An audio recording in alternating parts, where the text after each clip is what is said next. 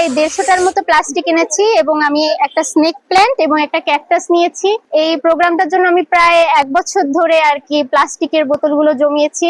এটার জন্য আমি অনেক এক্সাইটেড ছিলাম এবং আমি অনেক খুশি যে আমি এখানে সেরকম সুন্দর সুন্দর গাছ নিতে পারলাম। এই বেলি ফুল গাছটি এখান থেকে নিয়েছি, আমার হলে এটি রাখবো ইনডোর ডেকোরেশনের জন্য, যেখানে আমার হলের বেলকনিতে সুসজ্জিত করার জন্য বেলি ফুল গাছটি আমি এখান থেকে নিয়ে গেলাম। এই প্লাস্টিক গুলো রিসাইকেল করব, আমাদের ভার্সিটির যে প্ল্যান্ট আছে ওখানে আমরা রিসাইকেল করব প্লাস্টিক গুলো। আর সারা বলতে গেলে অনেক স্টুডেন্টই আসতেছে সকাল থেকে এই পর্যন্ত।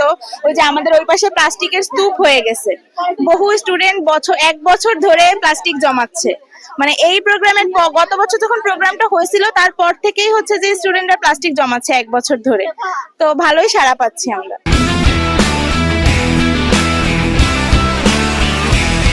প্লাস্টিক গুলো কালেক্ট করে থাকি, এগুলো আমরা বিভিন্ন হইতে ব্যবহার করি। যেমন আমাদের ইউনিভার্সিটিতে একটা ওয়েস্ট ম্যানেজমেন্ট প্ল্যান্ট আছে, তো এখানে কিছু প্লাস্টিক ব্যবহার করাই।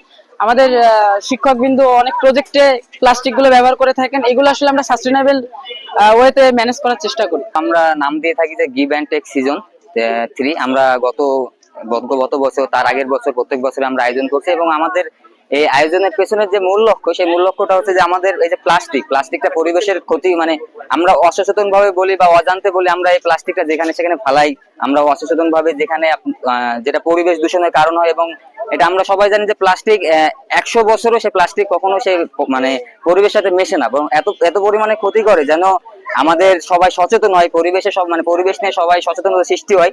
এই লক্ষ্যে মূলত আমাদের এই প্লাস্টিকটা নেওয়া এবং আমরা প্লাস্টিকের বিনিময়ে যে আমরা তোমার গাছ দিচ্ছে, এই যে সবুজায়নের মাধ্যমে, এই যে বৈশ্বিক তাপমাত্রা যেভাবে বৃদ্ধি পাচ্ছে, সবাই যেন গাছ রোপণের প্রতি সচেতন হয়।